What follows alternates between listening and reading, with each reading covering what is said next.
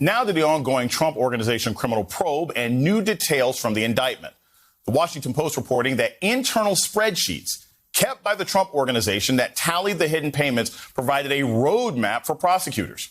Prosecutors treating the spreadsheets as, quote, the accounting equivalent of a confession. And like his kids, Trump himself can't keep his mouth shut. At a rally in Florida, he admits the crime in public and downplays the criminal charges. They go after good, hard-working people for not paying taxes on a company car. Company car. You didn't pay tax on the car or a company apartment. You used an apartment because you need an apartment because you have to travel too far where your house says you didn't pay tax. Or education for your grandchildren. I don't even know. Do you have to? But does anybody know the answer to that stuff? Okay? But they indict people for that. This is my confession. Does anyone even know the answer to that? Yes, I do. Off-the-book schemes are illegal. Now, where this case goes next is anyone's guess. Prosecutors are still pressuring indicted CFO Alan Weisselberg to start talking. And now, Mary Trump is out with a stunning claim about who might flip first. There will be other people who might be more willing to flip than Alan. And I think among those might well indeed be my cousins. Oh, interesting. Like the Trump kids?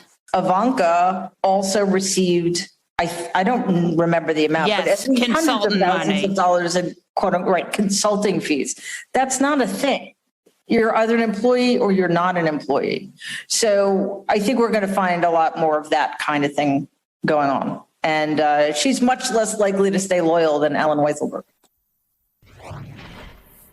Joining me now for our opening argument series is former acting U.S. Solicitor General Neil Katyal. Neil, I have to start with this. This idea that Ivanka could be the first or most likely member of the Trump family to flip amazes me. And I want to show you some footage here of what we think that conversation might be like and get your thoughts on the other side. He's our dad, but he was going to send me to jail. He'd do the same to all of us. Chevy, you okay? Are you part of this family or not? If I back you against Dad, you would need to let me take over. Whoa, Nelly.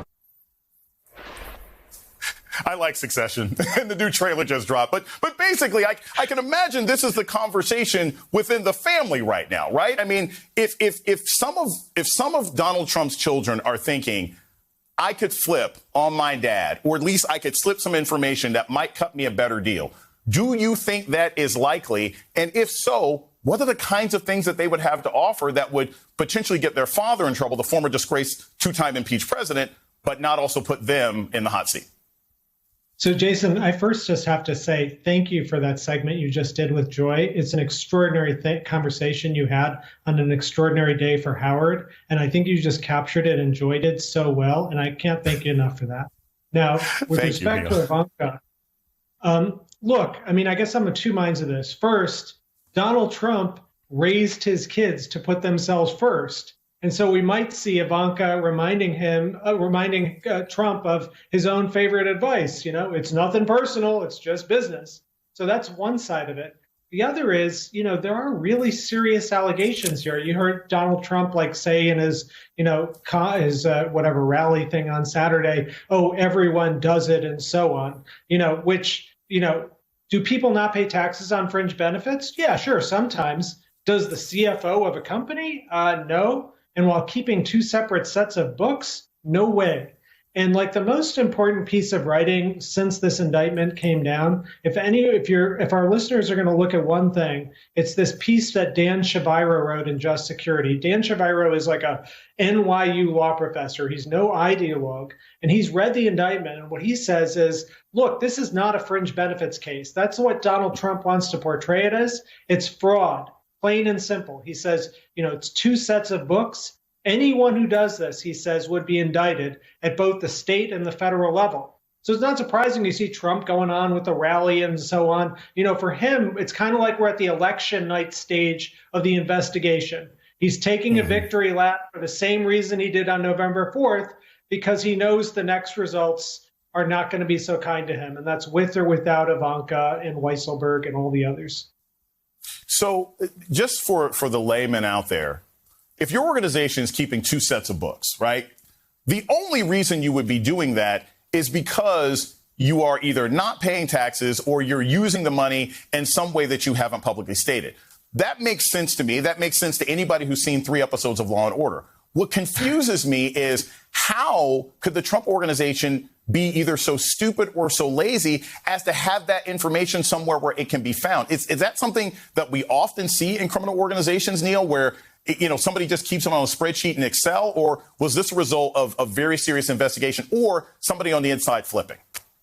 Jason, are you really confused? I mean, really? I mean, Donald Trump, it thinks he's above the law. So like the insouciance that he has and, he's not as smart as a mafia. He runs the thing like, they've run the thing like a mafia organized crime organization, except for the competence that they have. It's disrespectful to the mob, basically.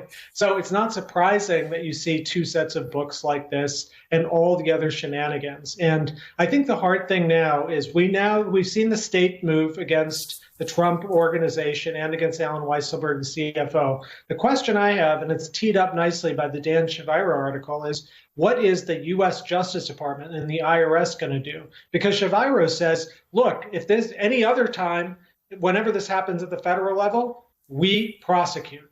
So right. I want to make sure that Trump gets the same rule book, not a harsher rule book. I just want him to get the same rule book as every other American. And the idea that, it's only $1 million and that's nothing to the Trumps and Weisselbergs of the world. Well, it sure is to every American. And so, I think this has got to be looked at by the Justice Department.